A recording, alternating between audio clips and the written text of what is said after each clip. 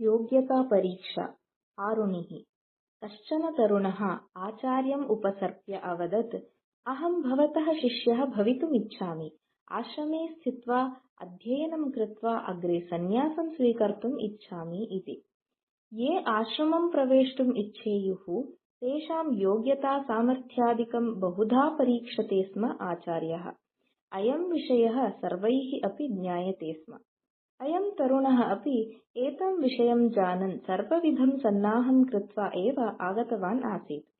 अतः गुरुणा आयोजितासु सर्वासु परीक्षासु सः उत्तीर्णः जातः।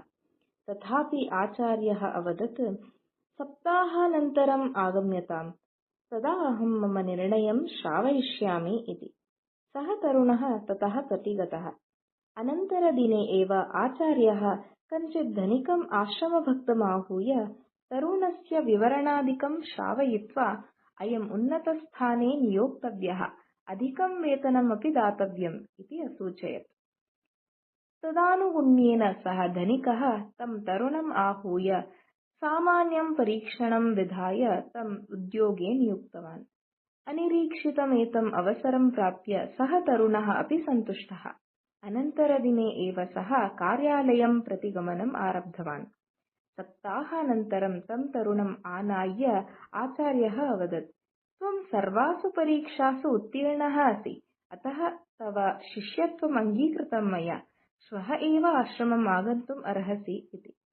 तदा तरुणः शिरः अवनमय्य अवदत्, शिष्यत्वम् इष्ट्वा मया आश्रमं प्रति आगतम् इति तु सत्यम्, किन्तु अत्रान्तरे मया उत्तमः उद्योगः प्राप्तः, प्रभूतं वेतनं, कथं तम् उद्योगं त्यजेयम् इति।